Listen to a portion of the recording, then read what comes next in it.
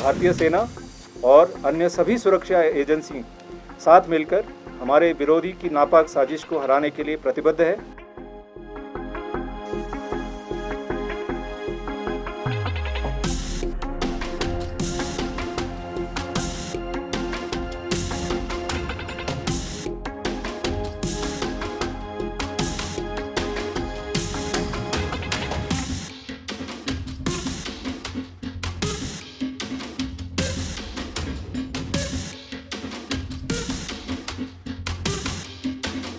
12 जुलाई को हमारे खुफिया एजेंसी द्वारा विशेष सूचना दी गई थी, जिसे बाद में जम्मू कश्मीर पुलिस द्वारा भी पुष्टि किया गया कि विदेशी आतंकवादियों की एक टोली केरन सेक्टर के माध्यम से घने जंगल और नालों के किनारे घनी झाड़ियों का लाभ उठाकर घुसपैठ करने की कोशिश कर सकते हैं। इसी अनुसार पूरे क्षेत्र की निगरानी बनाए रखने के अलावा घुसपैठ के ज्ञात मार्गों पर 13 और 14 जुलाई की रात से सेना, बीएसएफ और जेकेपी द्वारा संयुक्त रूप से कई घात या एम्बुश लगाए गए थे। पूरे क्षेत्र में 24 घंटे सैनिकों द्वारा हाई अलर्ट बनाया रखा गया था।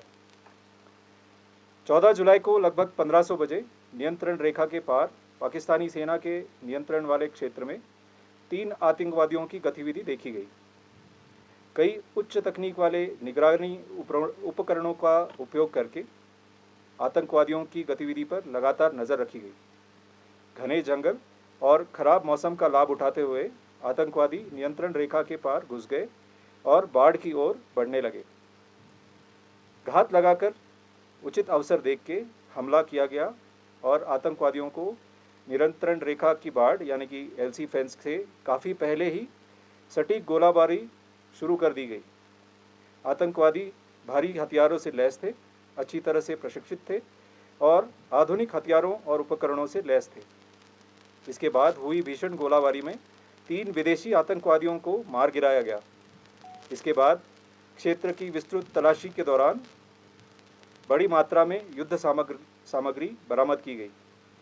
आतंकवादियों की घुसपैठ करने और शांतिपूर्ण स्थिति को बिगाड़ने के दुश्मन के नापाक मंसूबों को इस तरह से नाकाम कर दिया गया।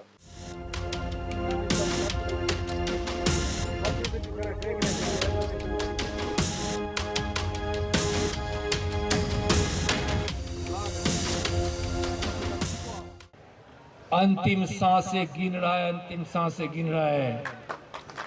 और आज मैं माँ उमा देवी के इस मंदिर के पवित्र प्रांगण में अपने सभी भाइयों बहनों के साथ मैं कह रहा हूं, अपना विचार छोड़ दो, हथियार डाल दो।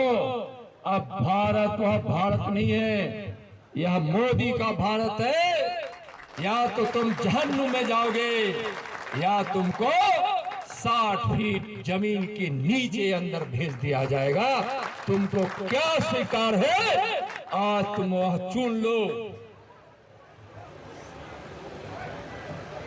तुमको हिंदुस्तान का जेल स्वीकार है, जहन्नुम स्वीकार है, या फिर अच्छी जिंदगी जीने के लिए तुम समर्पण कर दो। मैं आज तुमसे आह्वान कर रहा हूं, आज मैं तुमसे आह्वान कर रहा हूं, यह भारत अब आतंकवाद के जीरो टॉलरेंस के साथ जी रहा है। अंतिम सांस ले रहे हो और अंतिम सांस में तुम दीपक की तरह फकफकाने की कोशिश करोगे तो तुम्हारा हर्ष वही होगा जो एक कीड़े पतंगे का होता है, जो दीपक के सामने जाकर जलता है।